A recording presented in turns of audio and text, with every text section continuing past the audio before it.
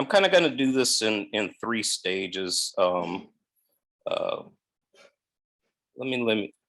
I got like three different things to share today. Make sure you guys see that, right? This is actually from the Bible Project. We might watch the video later. I know there's probably copyright issues with that, but not enough people watch it to really matter. They did this outline here. I'm going to zoom out. You don't have to try to read it all. I just want to kind of show you the structure of the book.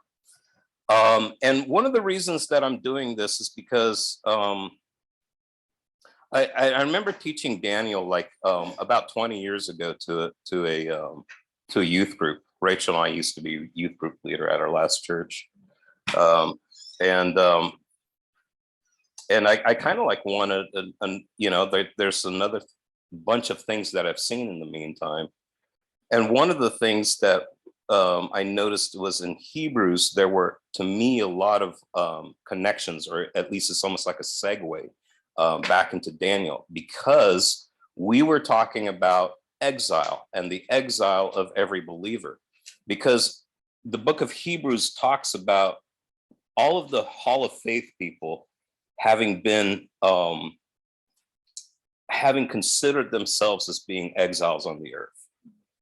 And the way kind of that happens is that you have the whole story of the Israelites, and they get to they end up going into exile. They finally get it into their own country, and they build it up, and but it's really rough going. Like under the judges, they go through all these cycles of disobeying God, and then ending up in trouble, and then pleading to God for mercy. And so he sends judges and military leaders who guide them to battles, and then the whole thing starts all over again. And then finally they want a king, and these, the first two kings come along, Saul and David. And then from there on, Solomon seems to get off to a good start, but it's rough from then on out, like really rough, because the whole kingdom gets divided after Solomon. So you have Israel in the north, Judah in the south. They're not even getting along. From that point on, Judah doesn't even, Israel in the north, they don't even have one good king. And then in Judah in the south, it's like hit and miss. So those both go into exile. First, the north goes into exile to Assyria, and then of course the south ends up going into exile, and that's kind of like where the story of Daniel picks up. And they go through the whole exile period, under Babylon, but then they get a decree from the next emperor, the empire. Darius comes along and says, what, you guys can go back and rebuild, and actually even finances it and everything. So they end up going back to Jerusalem, and they're going to rebuild a temple. This is under Ezra and Nehemiah. And when they rebuild it, they're like, what? We're back from exile, but we're still in exile. This isn't like the glory days of David. We don't have a king. We're under the thumb now of another government. And after that, it was the Greek Empire. They were basically under the thumb, under the Greek Empire. And then they were under the Romans. And so, you get to the New Testament, and they're still talking about exile like they're still in exile. And they've shifted the whole idea of exile to Rome. And in fact, sometimes they nickname Rome Babylon. But if you really look back and you see what the Old Testament's really all about, it's that all of humanity's in exile. In fact, it's been in exile ever since we were kicked out of the garden. And if you look carefully at where Adam and Eve are kicked out of, they're kicked out of towards the east. And then Cain, he gets kicked, he gets driven even further east. So he goes further into exile. And there's this whole thing about humanity going more and more downhill. And they end up in the middle of the book of Genesis in Babylon. It's the Tower of Babel. And a lot of times we don't think of it the same way, but in Hebrew, it's the same word. Bavel or is the same word as that we translate into Babel, but it means Babylon. So it's the Tower of Babylon. Um, and and then God scatters humanity and everything, and then he pulls one nation out for himself. He scatters all these nations, and then the next story that you have is God's going to start his new nation with Abraham, and he's going to bring him to the promised land, and he's calling Abraham out of Babylon. This is Ur of the Chaldees. It's right there, by the Tigris Euphrates. It's so there's this whole sort of like meta narrative of what Babylon is. Babylon's there from the first chapter, first book of the Bible, and in fact, it's even there in the first few chapters of the Bible. In chapter 3, I'll show you where Babylon is basically mentioned. It's like a you're thinking, how is it mentioned there? So what you have in Daniel is you have Daniel in kind of like sort of like this epicenter of a theme of the Old Testament is humanity in exile, or God's people are in exile. And that's a big thing in the book of Hebrews. God's people are in exile. We're not looking for a home down here. We're strangers here, but God still wants us to live a certain way. And if you look at the book of Daniel, it is about the best example that you have of what it's like for a God-fearing person to live in exile. What does that look like? Because him and his friends, they're going to be caught kind of between a rock and a hard place. On one hand, they have to assimilate into a culture, and they do. They dress up like Babylonians, and they look like they even have Babylonian names, and they're even they've even got government contracts. They're working for the government. The government. They're working for Nebuchadnezzar, who is like, and you're thinking, wow, how's that supposed to work? But at the same time, they maintain their integrity, and they say, we will do all this, and we will even serve Babylon, but we won't do this, and we won't do this. And it gives you food for thought of how to function in this world as an exile, as somebody, because you have to live in a corrupt world system. That's what each of us has to do. And first of all, realize that it's corrupt, and realize that you are, in a sense, living in Babylon. But at the same time, as God had told the Israelites, when you're in Babylon, have kids, plant vineyards, be fruitful, multiply, do all of these things that you were instructed to do in Eden, and actually work for the benefit of Babylon, because its prosperity is going to be your prosperity. And so they were subversive in one way, but they were also productive to that society in another way. And I like the subtitle here, hope that motivates faithfulness. Doesn't that remind you of Hebrews, right? Because you have what faith is, the substance of things hoped for and the evidence of things seen.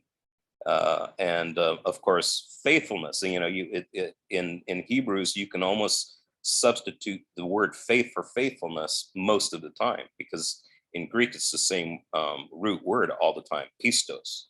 Even in, like we've said, in English, those words are kind of like they're almost it's a spectrum. Belief on one side, but then the acts of that on the other, and you can't separate the two because it's the same thing. So it's faithfulness that gives substance to the hope that you have while in Babylon. And all those things have been addressed so much like in the book of Hebrews. So here's the structure of the book. And if you look at it, remember we were talking about chiasm last time in Hebrews 13, where I brought up a chiasm. It's kind of like where you have one piece of meat and then it's sandwiched in between two other things. And so another way to look at it is like a pyramid or a triangle, like where you have one kind of thing that's central to it. The book of Leviticus is a chiasm. In fact, the whole Torah is a chiasm. And what a chiasm is, well, here's an example. It's easier to do. First of all, you have a Hebrew section on both sides. Okay, so, and then you have something else in the middle, which is an Aramaic section. This is unique to the book of Daniel, by the way, to have, I don't think there's any other part of scripture that was originally written in Aramaic. Aramaic is a sister language of Hebrew, and it's similar, but it was more colloquial. In other words, Hebrew at one time became a dead language, but people still spoke Aramaic. So on the street, it would be a lot more. By the time of Jesus, more people were talking Aramaic, and even in the times in between, it wasn't like maybe just scholars and scribes spoke Hebrew, but it's like people talking Latin today, right? Nobody really talks Latin and speaks Latin in real life. It's just you learn it. It's actually written Hebrew and Aramaic. Yeah, Hebrew and Aramaic, and there's some theories. Huh? Daniel wrote it all like that? Daniel wrote it all like that. Yeah, it's all written. So the first part and the last part sections of it are written in Hebrew. And then you've got an Aramaic section in the middle. The first, so it can be divided up three different ways, okay? You could say that from verse, so the Aramaic section in the middle, or you could say, by the way, you can download this poster on the Bible Project website. Or you could say that it's from chapter 7 through the end of the book are visions that Daniel has. And the other thing is that it's written in the first person.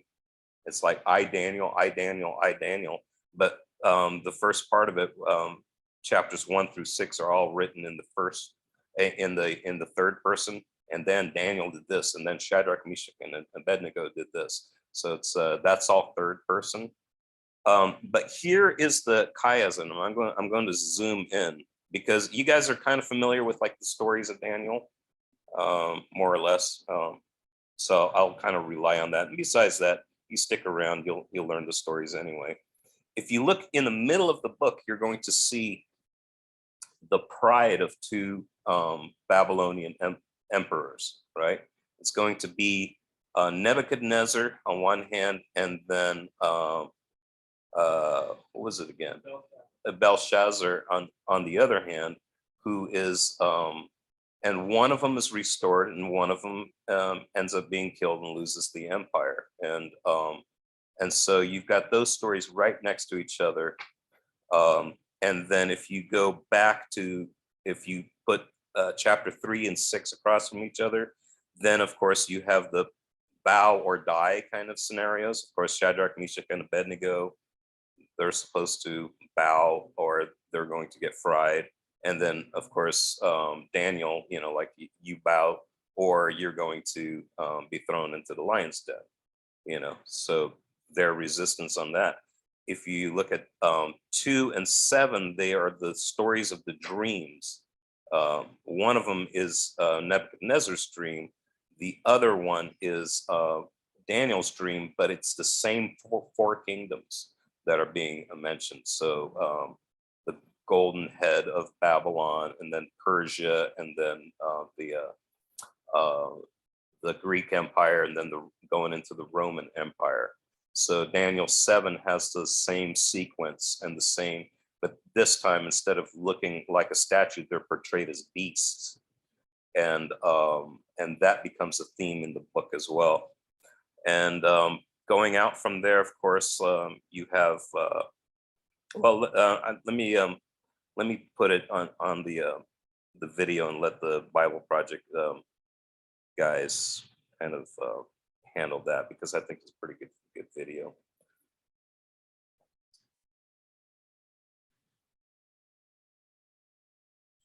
This.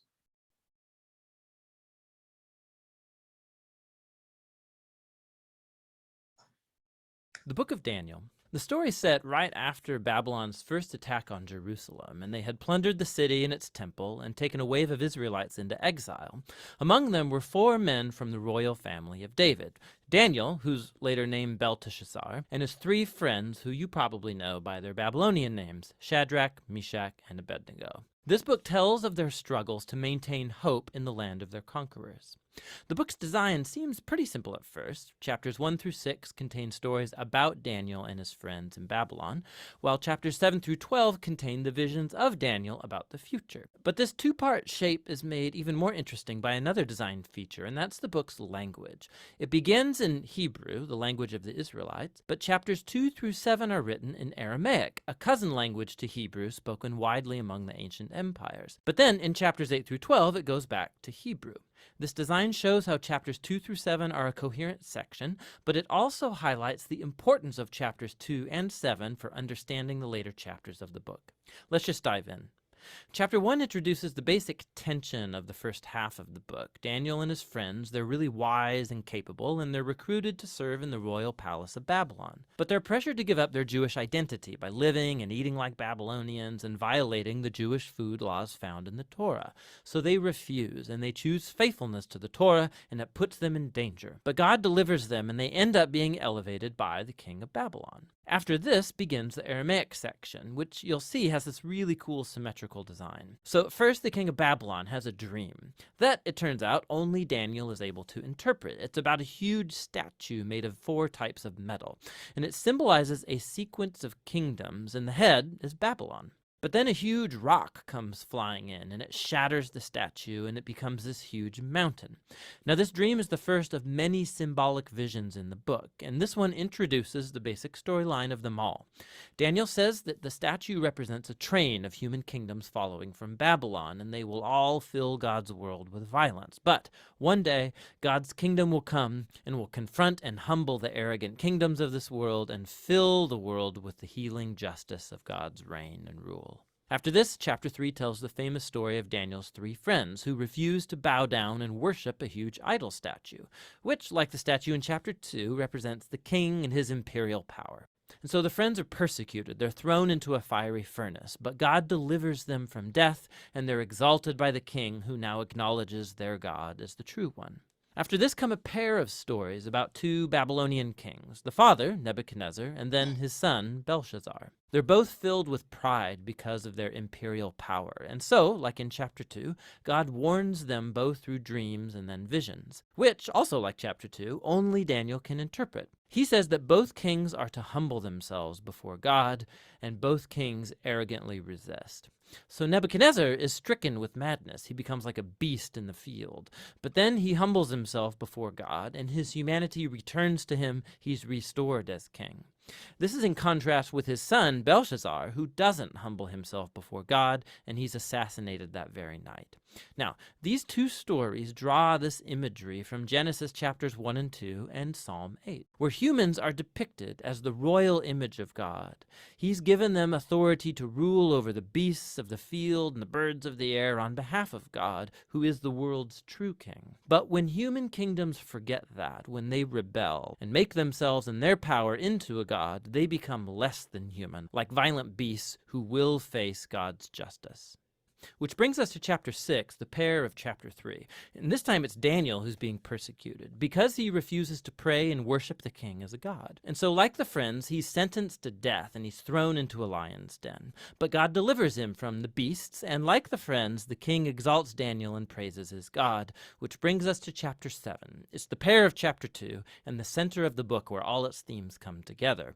It's another dream, but it's Daniel's this time. And ironically, he can't understand the dream until an angelic messenger explains it to him. He sees a series of 4 beasts, one like a lion, then like a bear, then one like a winged leopard, each of these symbolizing an arrogant kingdom. And last of all is a super beast, identified as a really evil empire, and it has lots of horns, a common symbol for kings in the Old Testament. And there's one specific horn who is an image of an arrogant king who exalts himself above God and persecutes God's people. Now they are symbolized by a figure called the Son of Man, who's an image for both God's covenant people, but also for their king from the line of David.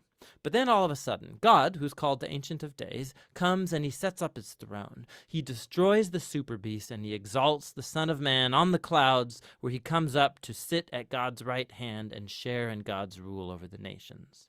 We can look back now and see how all of these stories in the first half fit together. The 3 stories of faithfulness despite persecution, these are meant to offer hope to God's suffering people among the nations. But they suffer because human kingdoms have rebelled against God and have become beasts.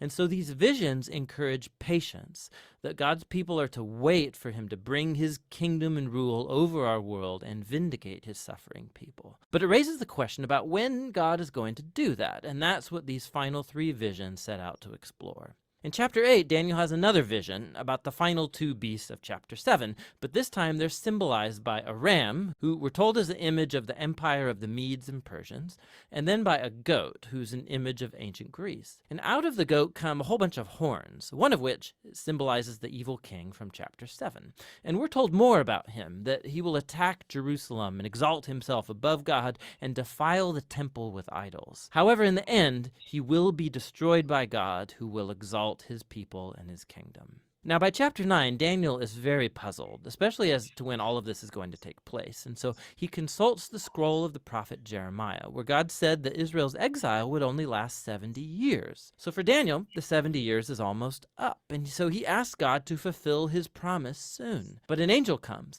and informs him that Israel's sin and rebellion has continued. And so their time of exile and oppression will continue on 7 times longer than Jeremiah envisioned. Daniel is deeply disturbed by this, and he has one final vision.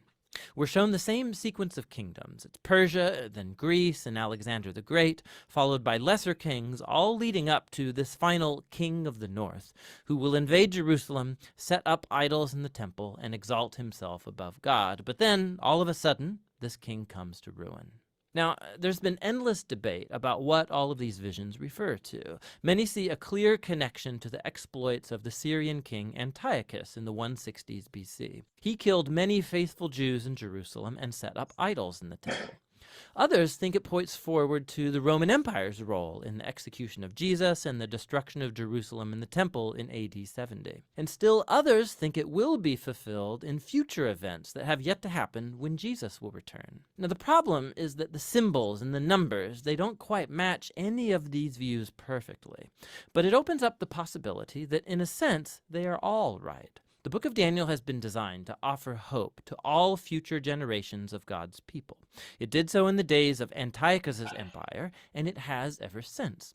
This is why Jesus could use imagery from Daniel to describe and confront the oppressive leaders he confronted in Jerusalem. This is why John, the visionary who wrote the Revelation, could adapt Daniel's visions and apply them to Rome of his day and also all future oppressive empires. And so the point of Daniel is that all generations of readers can find here a pattern and a promise. It's a pattern that human beings and their kingdoms become violent beasts when they glorify their own power, when they redefine right and wrong and don't acknowledge God as their true king. But Daniel also holds out a promise that one day God will confront the beast. He will rescue his world and his people by bringing his kingdom over all nations. And so for every generation, this book speaks a message of hope that should motivate faithfulness. And that's what the book of Daniel is all about. It's all about. That's a lot right there, but thankfully we'll get there. Yeah. The book of the prophet Hosea. Hosea lived in the northern kingdom of Israel, which he sometimes calls Ephraim or Jacob. There we go. Let me see where I went. Share this. Yeah, I see things maybe a little bit differently from them, but it's a very helpful video. Let me see. Stop share. Let me. Where's my PowerPoint?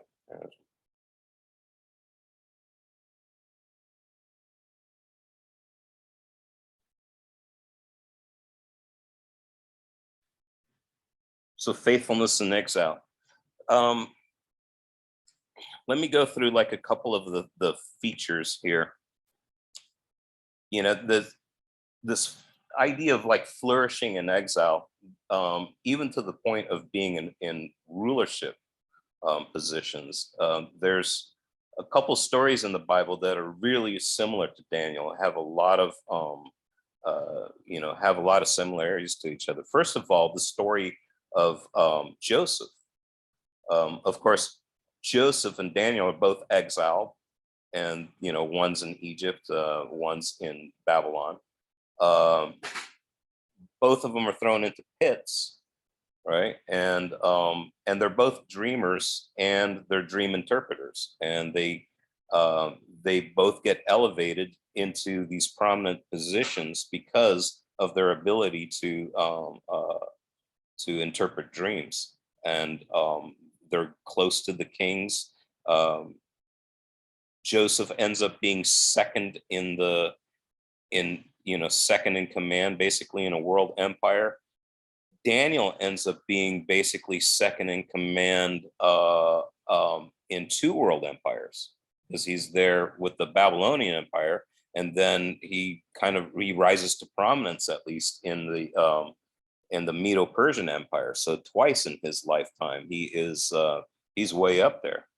That's yeah. So, and then of course Esther, she gets elevated to prominence, both her and Mordecai.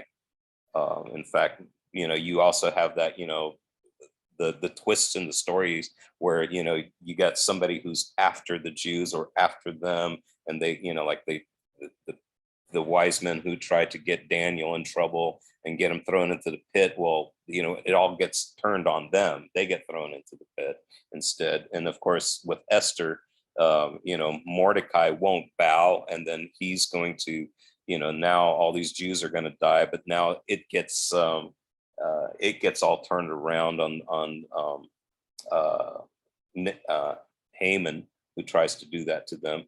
And of course, and Mordecai refuses to bow down to anybody but Yahweh. And in a couple, of course, Joseph, because of what he does, he rescues a lot of people, saves a lot of people from death. Esther saves a lot of people from dying because of what she does. She saves her people. You don't think about it, but Daniel actually saves the skin of the other wise men, because Nebuchadnezzar's going to wipe them all out if they don't tell him what he dreamt. And so they all sort of rescue people from death. So there's a lot of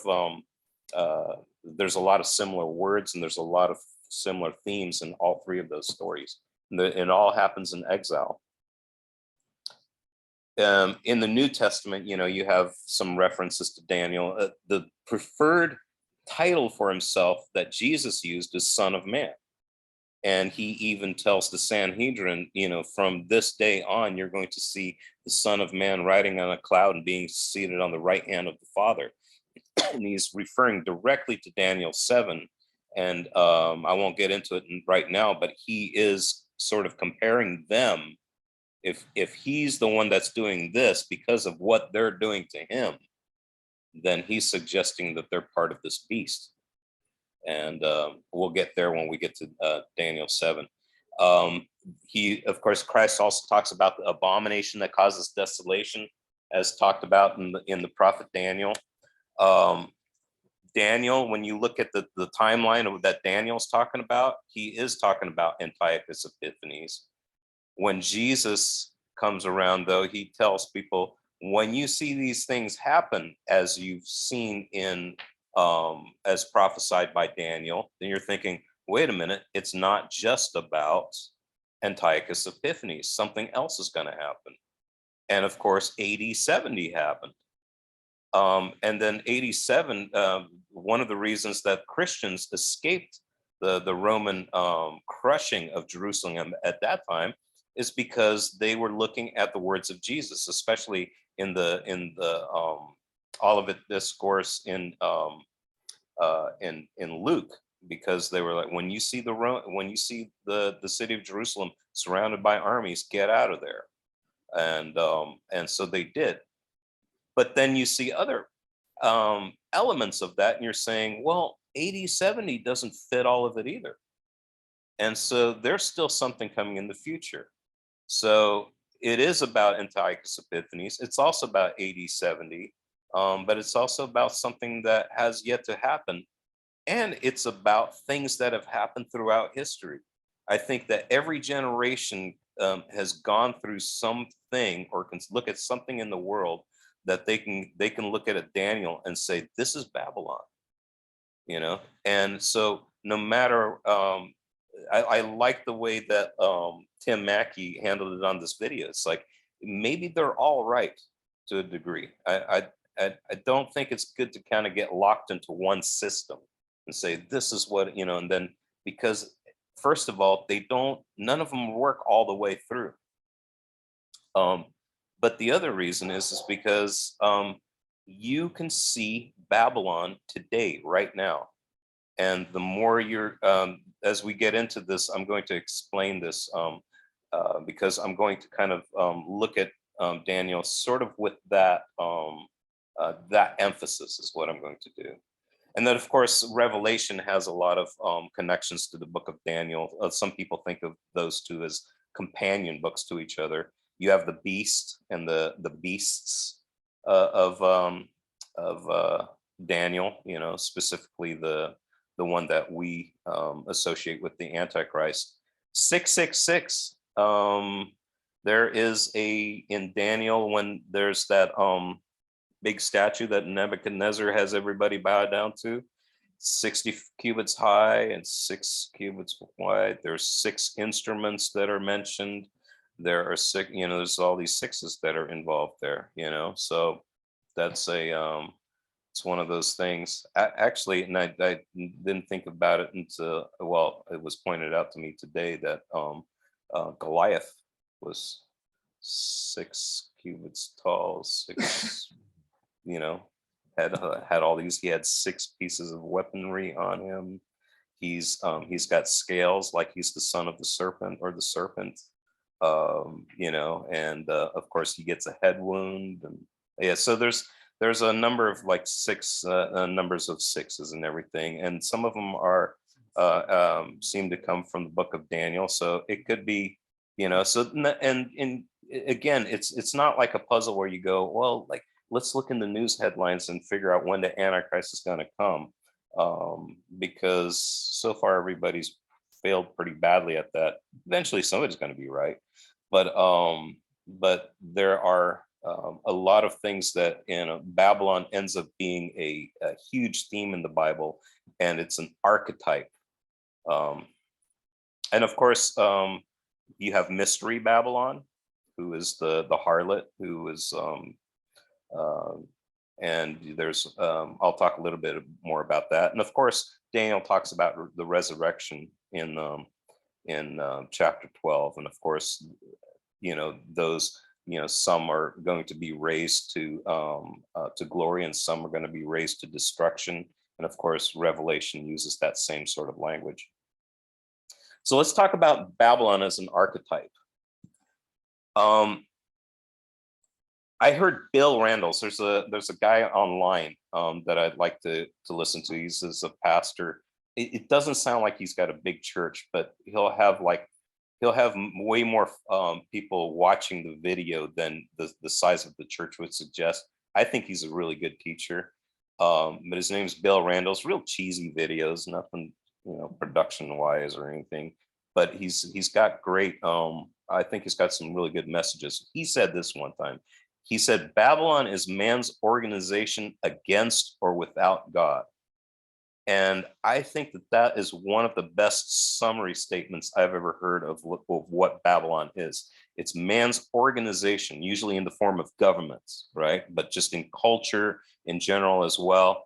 And it's with against God and it's without God.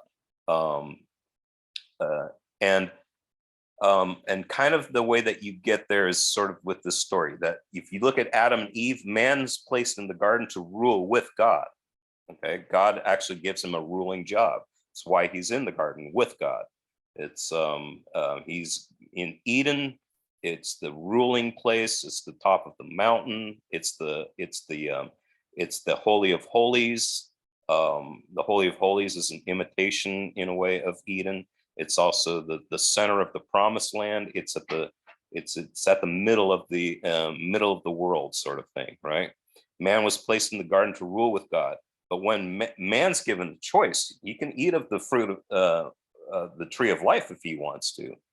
But what he chooses instead is to define what's good and right and wrong in his own, and call right and wrong on his own terms. Make himself God. I'm going to make these decisions on my own. I'm not going to rule with God. I'm going to be like God and call my own shots. And so, of course, he can't rule with God from then on. So he has to be kicked out of the garden. He can't rule with God. So mankind goes further and further away from Eden. They travel eastwards. If you look at the sequence of the things going wrong, they go further and further east, and they end up in Babylon, where they make a high place of their own, not Eden, their own kind of like, and it's a high place. It's like if you don't have a mountain, Babylon is in this plain, the Shinar plain, right? So if you're in a plain, what they used to do is make ziggurats, and the idea of a ziggurat is that you get the gods to come down to you. So it says that they made a tower in the face of God, kind of like it before God. It's kind of like it's probably means something like in his face. Kind of like it's before God. There's a little dispute about what that means, but they do it to make a name for themselves. They're like, we're going to do this to make a name for mankind. It's like it's rulership, organization without God or against God. And yeah, it's kind of like you have it's right there in Babylon. It's Babylon. Since then, man has built empires. They've organized power structures, and they all end poorly. Okay, they become oppressive. This is Babylon. They all end up with in oppression somehow. Even the pretty good ideas, tend to corrupt and corrode. America's not going to last forever, and given enough time, it's already corrupt, and you know, it just has a tendency to become Babylon. Even Jerusalem is going to be called Babylon in a way, because it becomes corrupt. So God's people end up in exile because of the rebellion. But the story has always been that since Genesis 3, it's always been that story. Man is in exile because of man's rebellion, and Babylon is where you live in exile because of man's rebellion to God. We're all in exile because of our rebellion to God. So Bavel, Genesis 10, you have the story of Babel, and we just kind of went through that. This is actually a painting by an artist named Peter Bruegel in Dutch. He did this painting, and they actually apparently this architect designed the European Parliament building after that painting. Yeah, it's a European Union. It's like that's where the Parliament building is. It's like let's design it after Peter Bruegel's Tower of Babel. And then like I found this ad, Europe, many tongues, one voice. With like a Tower of Babel sort of thing.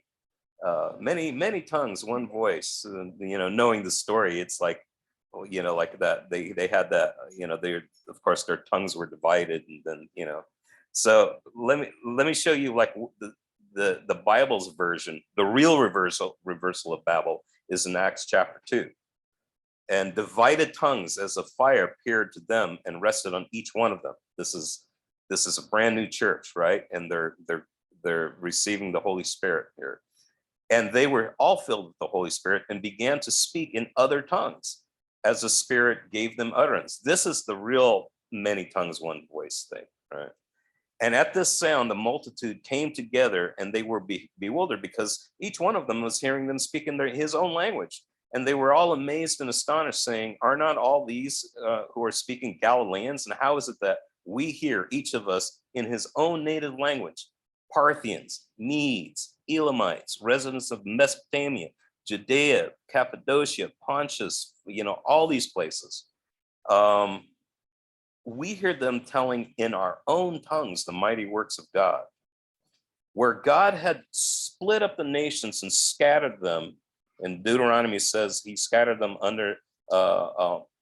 scattered them according to the number of the sons of God, which is, you know, he put them under these other angels, these angels who ended up being rebellious and misleading them. But he said, you know, Israel I've kept as my own inheritance. But the idea was always that he was going to call the nations and bring the nations to himself. Nations were going to come to Mount Zion. That probably means a little bit more to you if you were here for Hebrews, the whole Mount Zion idea. But if you look at like what they're trying to do here, you've got like, well, this is Babylon, and we're going to do this many tongues, one voice. I know what they're kind of trying to do, but it just sounds like in the light of Acts chapter 2, it sounds like an imitation of something. You know what I mean? No, I'm not even gonna go there. There's something that, like we said at the Twin Towers, when it got who was it? Ed Meese or somebody said, you know, we're going to rebuild, but like with taller buildings and blah blah blah, and he quotes Isaiah, and I'm thinking that doesn't sound right, you know. So I look at that, and that's what Israel was saying when they were being destroyed by Babylon, and God's like, you're not going to do anything. You're going to go into exile. Wait, so he almost exactly.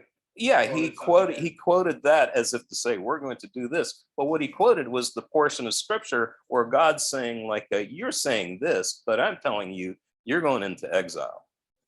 And I'm going, that's not good, man. You know, like that's really bad context for you to be quoting that. Do you think he knew what he was quoting? No, I think it's just like another politician quotes the Bible who's totally ignorant of it. But you know, but it's like, but you see these things once in a while. It's kind of like it's almost like real life symbolism, right? You watch closely enough, and then you're going, wow. When it comes to Babylon and exile and stuff like that, how come, you know, you've got like these politicians and man's organization under their own terms where they start quoting Israel, you know, in that way, and they start saying, you know, like many tongues, one voice, and it's just the symbolism, you know, like after a while you're kind of going, this is weird. There's a lot of modern stuff where the symbolism is so obviously like, yeah, from the Bible that it's like they're like trying to hide it in plain sight almost, like they're doing it on purpose. Yeah, it's crazy, right? Yeah. So Rome actually gets called Babylon. Paul here in 1 Peter 5:13 says, your sister church here in Babylon sends you greetings. So does my son Mark. Now think of this. Babylon has been like a dead empire for years, hundreds of years. And it's just kind of like this city in ruins by this time. It's just like there's a couple, you know, shepherds and stuff out there, but like not much going on in Babylon at all. It's certainly not a world power anymore. So like what's Paul talking about here? Well, he's writing from Rome, right? So it's your sister church here in Babylon sends you greetings. So he nicknames Rome Babylon. In Revelation 17, of course, that's under Roman rule. It says, this calls for a mind of wisdom. The 7 heads are 7 mountains on which the woman is seated. Mystery Babylon is seated on 7 mountains. And a person reading that in that day would have gone, well, you have Rome, the city on 7 hills, right? So, is that a reference? That's something that would come to their mind, at least, something that would jump out of them. Another thing in Revelation says, and the woman that you saw is the great city that has dominion over the kings of the earth. Again, at that time when Revelation was written, that's Rome. So there's a lot of, so now you're seeing that a place that's not Babylon can start being called Babylon because of the character of it and because it's oppressive to God's people and they're living in exile. Like how people call anything like dictatorship, like, oh, that could be like Hitler or something. Yeah, right. Yeah, it represents something else, So the term Babylon, you don't really need Babylon to re-emerge as a powerful city, So here, if you're talking about like Mystery Babylon here, Mystery Babylon is a couple of things. It's not just people try to like make it one thing. Well, is it Rome or is it actually Babylon itself, or is it New York, or is it and the answer is probably in all those cases is yes, in a way. Depends on how you look at it. And you're going to see some, huh? Like man's pride. Man's pride, yeah, and in fact, there's some references here to make you believe that it's also Jerusalem. Okay, so Mystery Babylon here in Revelation 18, and in her was found the blood of the prophets and of the saints and all who have been slain on the earth. Now, if you look at Matthew, it says, "Oh, Jerusalem, Jerusalem, the city that kills the prophets and stones those who are sent to it." So how often I would have gathered your children together as a hen gathers her brood under her wings, and you are not willing. See, your house is left to you desolate. He's warning them of AD 70 and the destruction of Jerusalem. But, so you're seeing the blood of the prophets. When you see that, you're like, there's other parts in the Old Testament where Jerusalem is portrayed as the place where that slaughters all the prophets, right? So there's a connection here with Mystery in Babylon and Jerusalem. In Revelation 11, it says, and when they had finished their testimony, the beast, this is the 2 witnesses who get killed by the beast. When they have finished their testimonies, the beast that rises from the bottomless pit will make war on them and conquer them and kill them. And their dead bodies will lie in the street in the great city that symbolically is called Sodom and Egypt, where their Lord was crucified. So this time it's not using Babylon, it's using Sodom and Egypt. It's saying, Jerusalem's become like Babylon. It's also become like Egypt. It's also become like Sodom. Think about, like when Herod was killing all the little babies in Jerusalem. What's that remind you of? Reminds you of Pharaoh, right? And the Pharaoh is all about the exodus out of Egypt. But this time, Jesus has to flee from that. His parents take him where? To Egypt, to be saved, to be rescued. And then Matthew says, this is to fulfill the prophecy, out of Egypt I've called my son. It's like now Jerusalem's become like Egypt, So there's it's the use of these. So what these places mean symbolically in people's minds is what they get nicknamed, and that's how we use the word Babylon very often in the Bible. So strangers in Babylon. The story of Daniel serves as not just an account, but a symbol-laden picture of what Babylon is. So it's not just the stories about what happened to Daniel, but it gets into the symbology of Babylon, and that's what a lot of these dreams are about, and the pictures that are seen, because Nebuchadnezzar and all these empires are going to be, if you think about the other empires, it's just like they're like one kind of mass, right? You have all this, but Babylon's still the head of it. And in a sense, it's all kind of Babylon in a sense.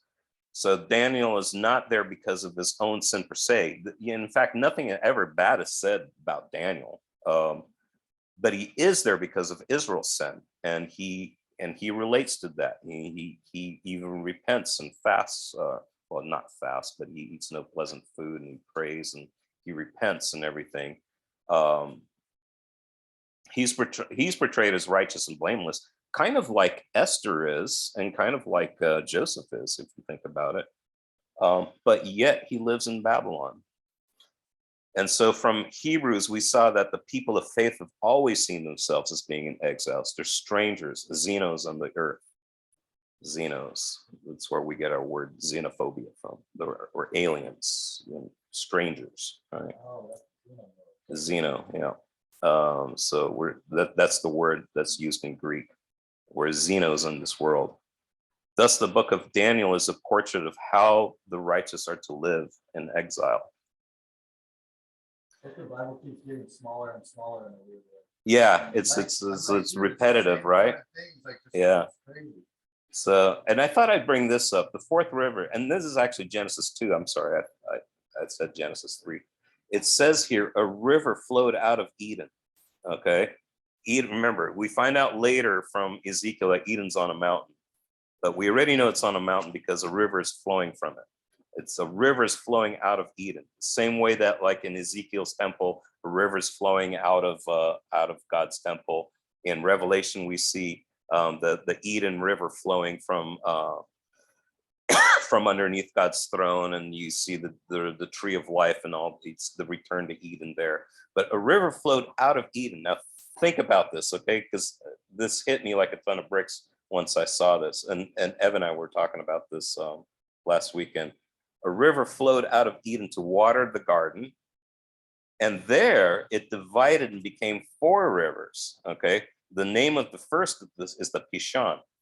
It is the one that flowed around the whole land of Havilah, where there's gold. This is the promised land, okay? This is the promised land. There's gold there, Havilah. And the gold of that land is good. It's a good land, flowing with milk and honey, okay? Bdellium and onyx stone are there. It's got all this precious, it's all this splendor, right? The name of the second river is the Gihon. It is the one that flowed around the whole land of Cush. This is Egypt. Okay, wait a minute. We're talking about the lands of exile now. Okay, and the name of the third river is the Tigris, which flows east of Assyria, which is Assyria, the land of exile. And the fourth river is the Euphrates, Babylon.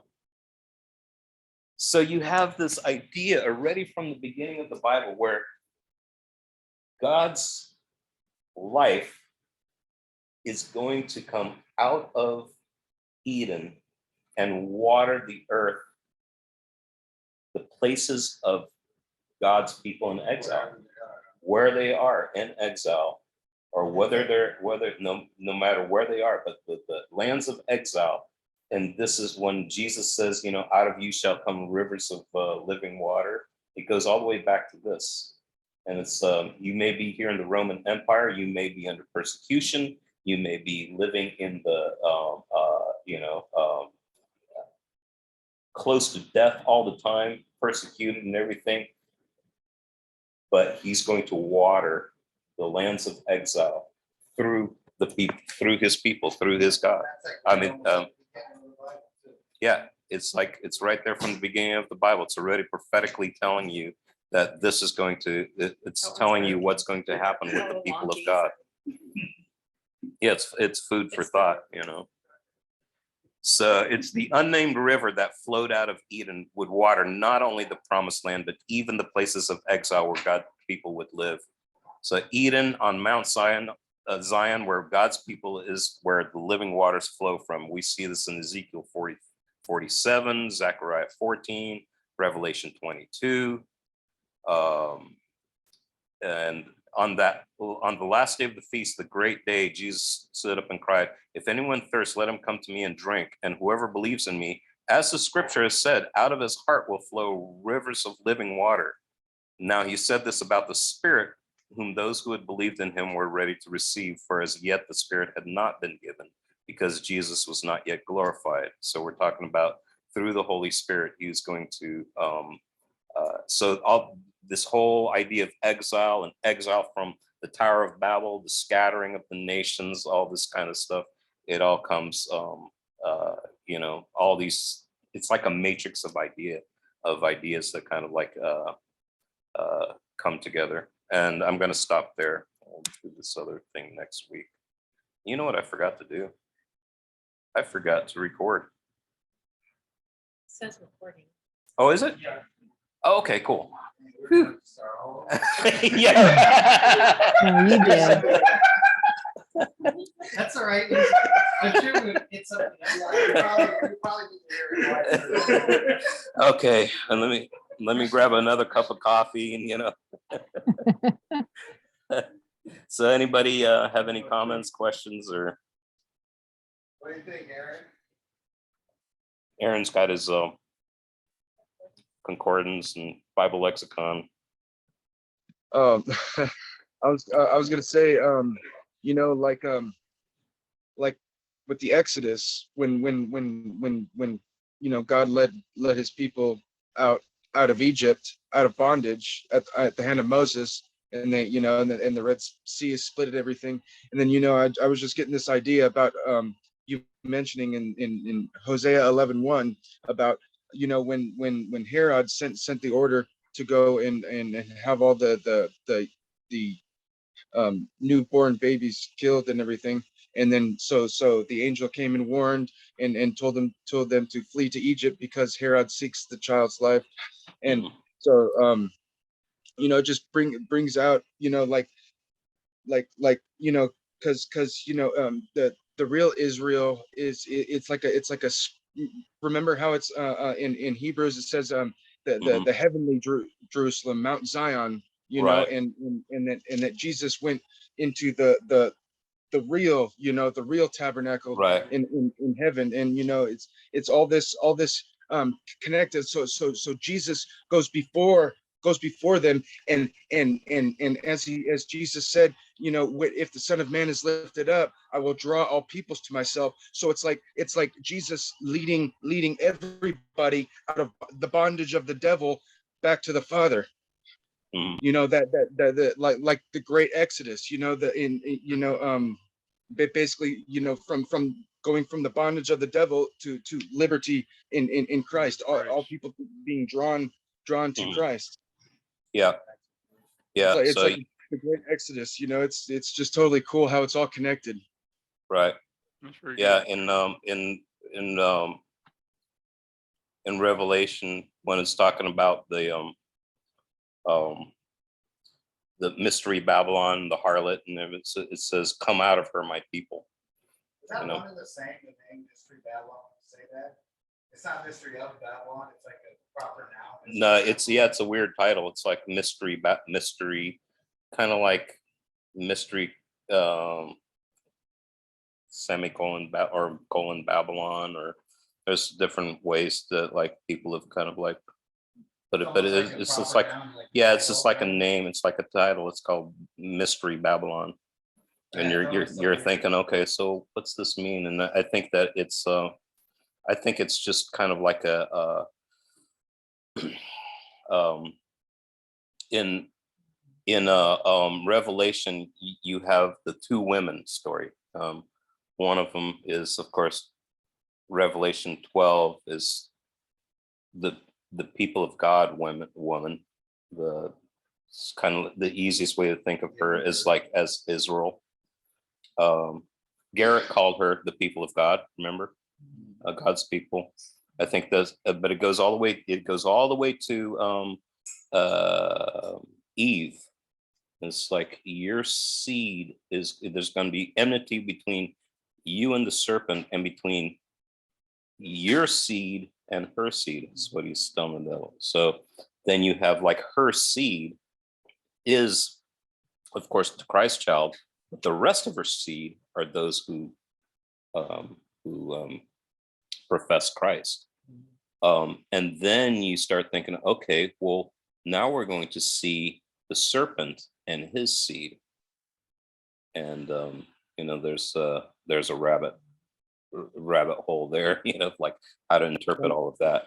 But you have that contrast between Mystery Babylon, which is man's way of organizing and everything, and then you have the woman, and of course you also have the bride. Go ahead, Aaron. Oh, I was just gonna say about about the enmity between, speaking of the serpent seed and her seed, speaking of the devil and Christ. And it just brought to my memory the parable of the tares in Matthew 13, 24 to 30, and the explanation of it in verses 36 to 43. About that, the one who sows the good seed is the Son of Man, but and the tares are the sons of the wicked one. So it's like two separate seeds in the same field, and it's really complex. Yeah, But it's like the enmity, about weeds coming up with the wheat, and you notice all these separate, denominations and different doctrines created by man and stuff, and it's, there's only one truth to everything. And so it's just like all these weeds coming up with the wheat. You see as it progresses over time, just like in a regular garden, you have weeds that come up with your plants and stuff that you have set in there, and eventually you pull them all out, and then your plants flourish, and it's just interesting about the two different seeds. Right. I'd never, well, I'm not really sure about like if it's a seed in the same sense, but I'd have to think about that. Yeah. Well, the bad seed ends up burning at the end. Mm-hmm. Yeah. In the Yeah, tares. either they way, burn. like you do have like bad seed, right? Yeah. I was surprisingly comforted by this. While I was working, Mm-hmm. doing some work today, I just played, I listened to all the hangouts. Hey guys, hey Aaron, good to see you. But yeah, I was surprisingly comforted, Mhm. because, just listening to that and then just hearing tonight, it's like, sometimes with all the stuff we're going through, Mhm. and as a society, as a culture, in our government, the evil that we're seeing, Mhm. it's very distressing, Mhm. and it's like, it's got a lot of us, it's easy to get fearful and anxious. Mhm. But I'm just so comforted because look at what Daniel went through. Yeah. Look at what all these people went through, and yet God rescued them from the fire, from the lion. Right. It's just like it just builds my confidence that Mhm. hey, he already knows what's going to happen. Yeah. And even though terrible things are going to happen, we are in His hand. Mhm. And it's funny how just reading about the prediction of terrible things happening was comforting actually, because He knows about it. Right. Yeah. Yeah. Even to the point that you find out that having Nebuchadnezzar be the ruler of the world was God's idea. He was the one who approved that and said, like, you're in charge. He was placed there by God. And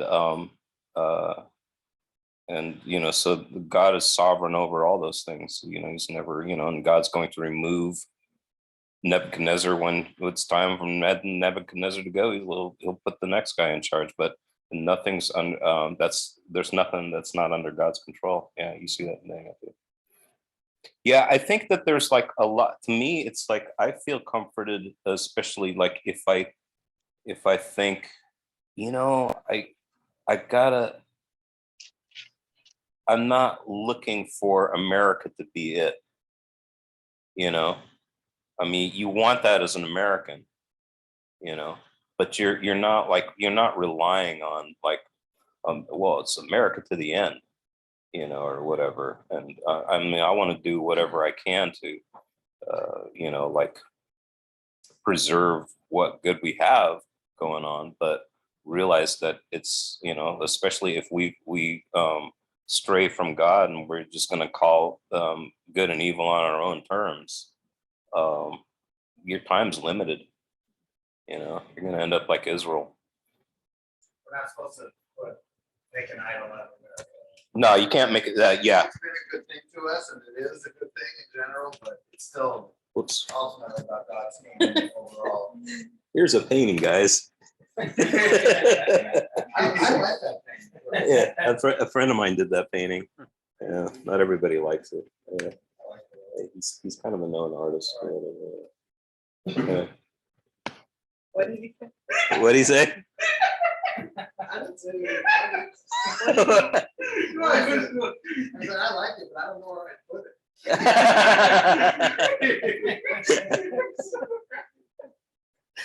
It wasn't our- Maybe I should stop the recording now. All right. Yeah, go. Why do you think the book of Daniel is structured the way it is? Like, A chiastic. Yeah, in like, the why do chiastic? we need to know that? Or why do we need to know that the chapters like correlate with one another? Or why Oh, do we okay. need to- Here's a couple things. First of all, when you read Daniel, you're going, sometimes you're thinking, boy, this isn't all in order. Like it's not chronological, right? Or you're going, and the other thing is that there's a lot of chiasms in the Old Testament, especially chiasm or chiastic structure. It means the hamburger. It's the pyramid hamburger thing. Exactly, right? Yeah. I'm actually thinking of it right now, we're trying it because of free, but it's not. It's not that. No, chiasm just means that you have this pivotal thing in the middle of the book where and then you have these parallel structures on both ends of it. So the New Testament, the Old Testament is like the promised land, going into exile, going to I forget some of the details, but the law is right in the smack dab in the middle of it, right in the middle of Leviticus. So you got the 5 books, right? Middle of it, so Genesis, Exodus, Leviticus. Leviticus is the center of that chiasm. And then on the other end of that, like Numbers, when you see the laws in that, sometimes they don't make sense until you look at the parallel in Exodus. Right. There's these, and so you're going, oh, that's why it's stated this way. And then it's back into, so like after Mount Zion, they go back into the wilderness, and then they go back to the promised land. So you got the promised land on both sides, you get the wilderness on both sides of it, and a whole bunch of other things. Then in the middle of it, you have the law, and the law is kind of like the pivot point. Mount Zion, Mount Sinai is the pivot point. Like So other times that structures in the Bible, is it usually significant kind of?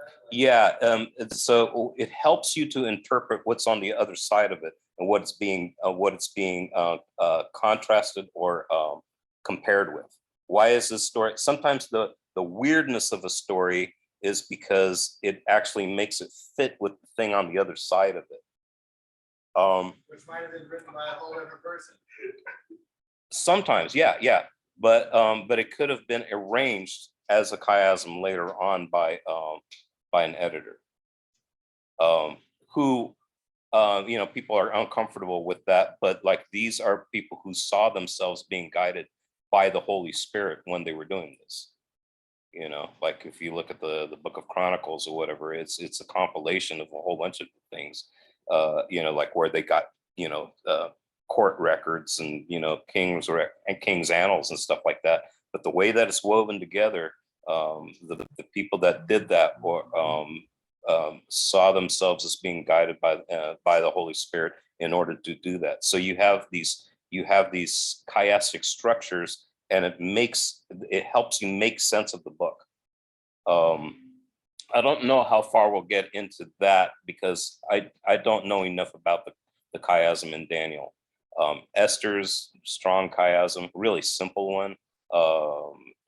Revelation is a chiasm, and in the middle of it is chapter 12.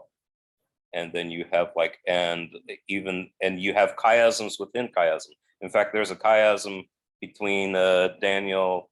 Apparently, there's a chiasm, and I don't understand it yet. But there's a chiasm between. Let me see. In these in this part, yeah, there's a chiasm right in here somewhere. Like, and there's and I don't understand it yet. I haven't really like looked at it, but CHAI, no, IASM, chiasm. So what you're saying is that Hebrew portion and that other Hebrew portion are supposed to like Well, yeah, correlate with one another. yeah, it's so that is kind of like that is kind of like a metachiasm. I'm just making that up now, but like you okay, it just means a big chiasm, and then this section is kind of like a chiasm within that. Okay, but this Aramaic portion of it is a chiasm of itself. That's why you have these two stories parallel each other. These two stories parallel each other. These two stories parallel each other. You know why he did the middle part in Aramaic? I don't know. I've heard some things that, like the Hebrew parts deal more with prophetically with Hebrew affairs, and then the middle section deals more with Gentile affairs. That was from Chuck Misler. I got that. I'm not sure I agree with that, or I don't know. Yeah. I So- haven't read Daniel like forever. I don't even remember. I was thinking I might as well start reading it too. But like when you're reading through Daniel, does it kind of go together in that order, or does it seem like it got moved around later almost or something? Huh? Not necessarily chronologically, but do we think like the way Daniel's laid out is the way he put it together, kind of, or does it look like? We don't. I'm not really Does sure. it look like his different writings were put together later? Almost? I think it may have been like rearranged. Yeah, I think it may have been rearranged. I don't know if he wrote them all down like in that order or not. I'm not sure. And it's probably going to like depend on. It's probably one of those things. It's going to be like depending on who you're talking to. Let me show you a chiasm. This one's like easier to understand. If you look at, actually, if I look at, I think I have this. Wait, stop this. I got Ruth somewhere. Share screen. Where is it? Okay, if I go here, share this, and then file, open recent, screenshot Hebrew Psalms, open.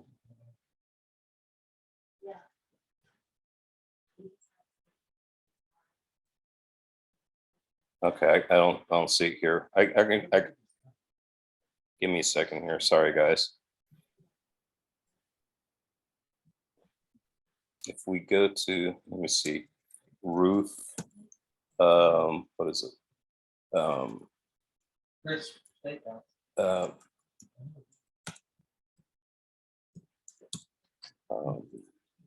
Poster.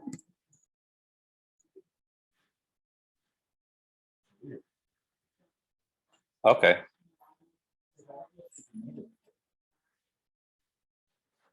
think they wanted to take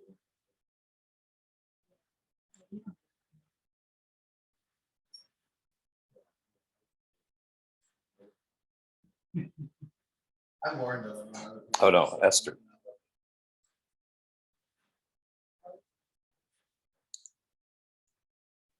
Okay, you guys are familiar with the story of Esther? Okay, so it's a story that pivots in chapter 6, right? This is when, like, let Mordecai be praised. If you look on both other sides of this, you're going to see that Please come to my banquets, Esther's second banquet, or like, those are the things that sandwich it. Then outside of that, you have deliverance. Esther and Mordecai plan to reverse the decree, but Esther and Mordecai plan to reverse the decree. So you have those two, then 3, Haman's decree to kill the Jews, where it's Mordecai's decrees to save the Jews. So those are parallel to each other. Haman elevated. Across from that is Mordecai elevated. King of Persia's greatness, Mordecai's greatness. So this is a chiasm. What do you think the purpose of it is? So it's literary design, and I think that what it's I think sometimes it's just like a pivot in the story. Sometimes it's to show you what's important, like why is the law right in the middle of well, the whole section is called the law, right? Torah means a law. It's like including Genesis, including, it's because the law is at the center of it. So it becomes, of vital importance. And it's kind of like, what's the point in poetry? What's the point in, why do we organize the things the way that we do? And we don't think that way. So it's fun to kind of like, once you see these structures, then you kind of can accept them for what they are. I think then it opens your eyes to a whole lot more that's being said in scripture in a different way. Yeah, we're like Western thinkers, and so we like everything in chronological order or put into this category versus this category. Like our structure for the Old Testament is way different from like the way that they've structured it. They've actually just, in fact, the entire Old Testament in the Hebrew scripture is organized in a chiasm.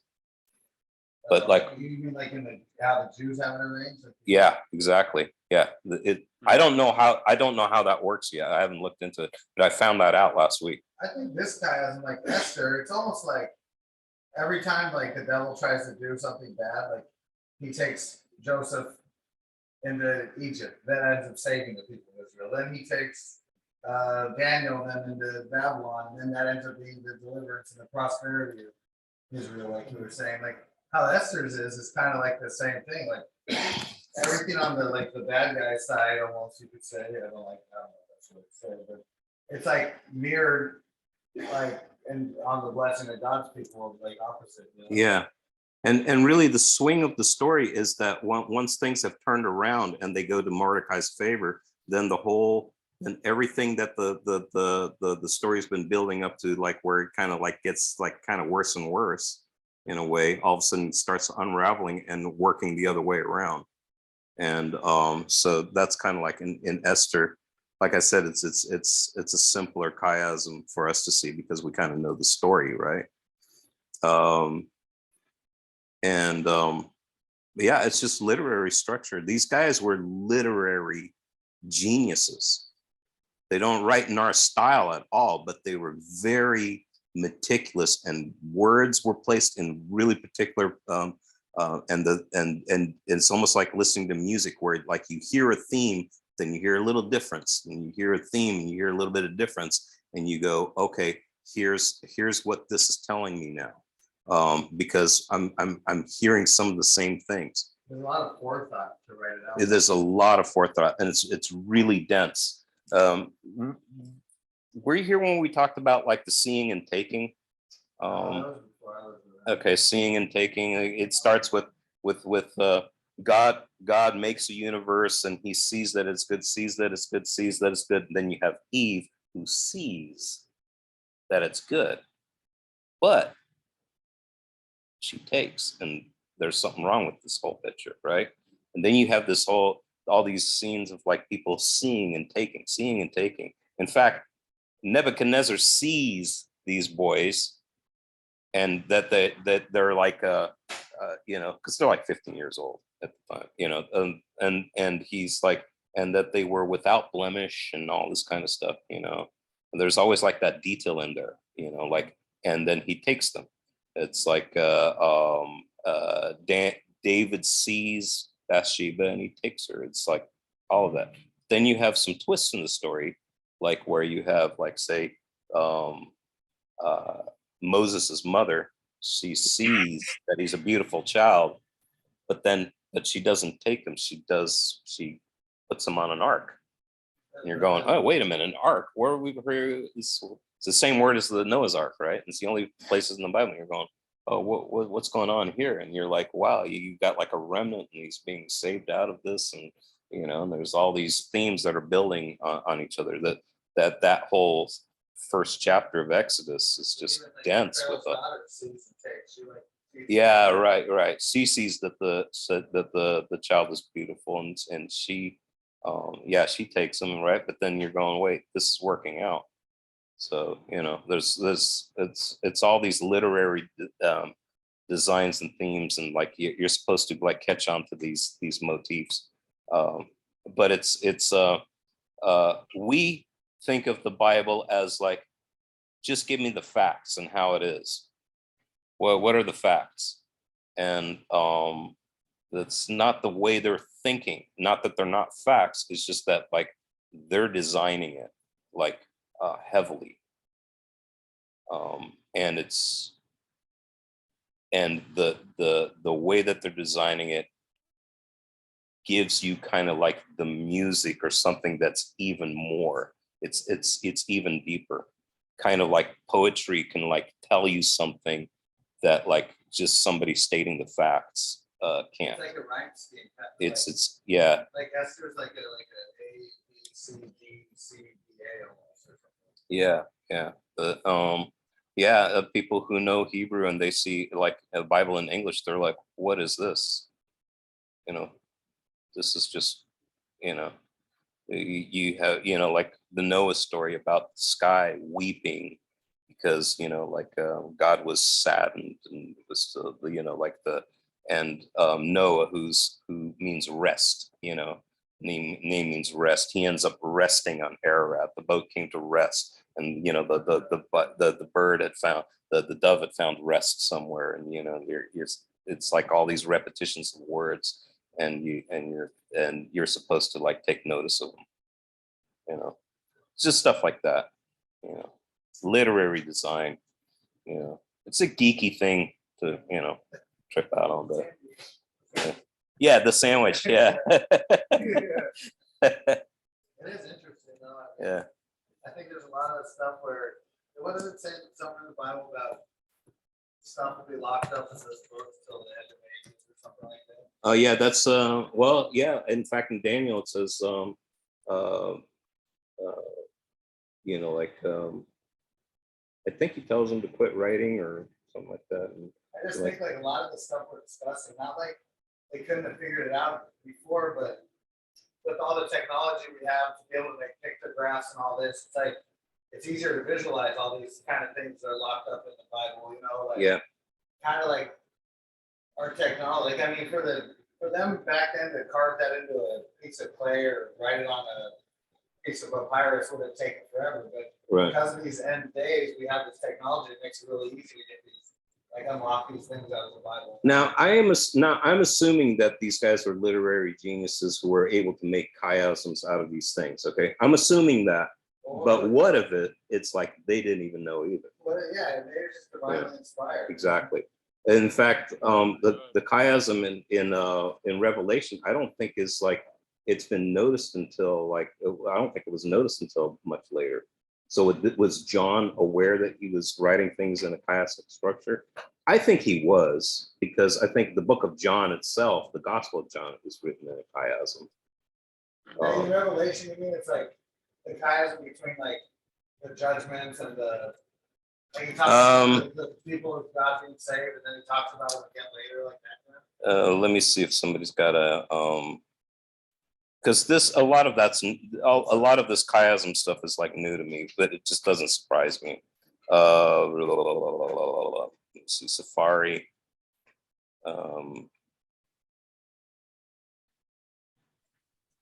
Rev.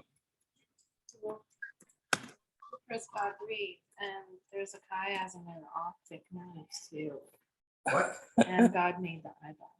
What do you mean there's a chiasm in the object? What does that mean?